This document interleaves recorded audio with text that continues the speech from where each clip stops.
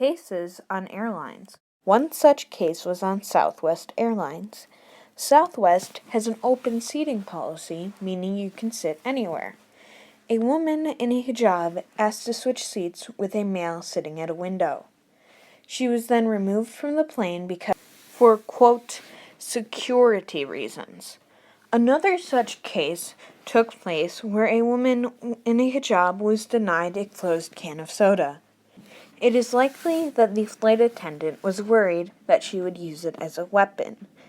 Another way that you can tell that this was a case of Islamophobia, not an airline policy, was the male sitting next to her, who is not Muslim, was given a closed can of soda. Cases where families are kicked off airlines, such as one family flying from Britain to Disneyland, are surprisingly common. Islamophobia is also seen in signs and protests. One such example is the University of Utah had a poster about a forum on Islamophobia defaced with anti-Islam sayings. In Florida, a bulletin board was bought with the words, "Islam, bloody Islam, doomed by its doctrine." Although this doesn't represent the views of that community and they have tried to get it taken down, it still shows that some people think this way. In Atlanta, an armed rally was held that was not permitted by the government.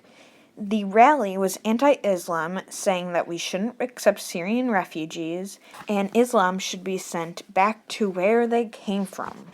Hearing this, you may be thinking that this doesn't happen here. One of the airport cases was actually in one of the two airports in Chicago. I reached out to both people on Facebook and in our community who are Muslims to see what they have experienced.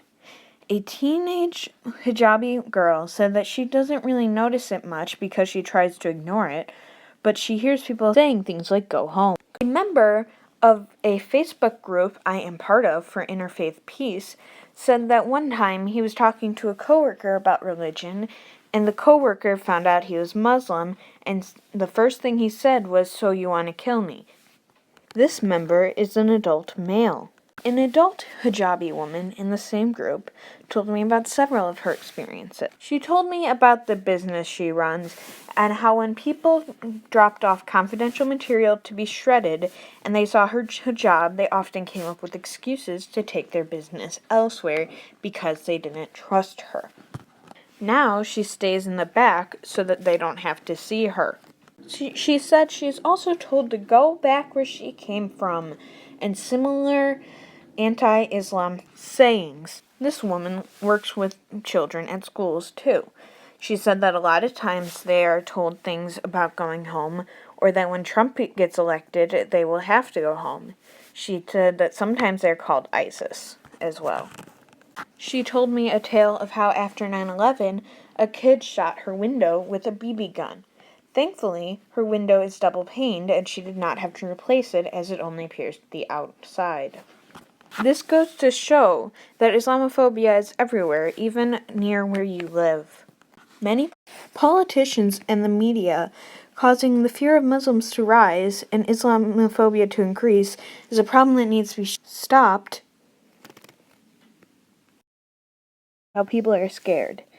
In Britain, a 4-year-old was actually declared radical for this reason. He drew a picture of a cucumber, but the way he said cucumber was taken by the daycare worker as him saying cooker bomb, which led to her calling authorities. One general target of anti-Islam actions is the hijab. The hijab is a religious symbol worn by many Muslim women, but not all. Ignorance is the greatest problem that stopping Islamophobia faces. To overcome this, you need to spread the knowledge you have to help others learn more about Islam and its culture.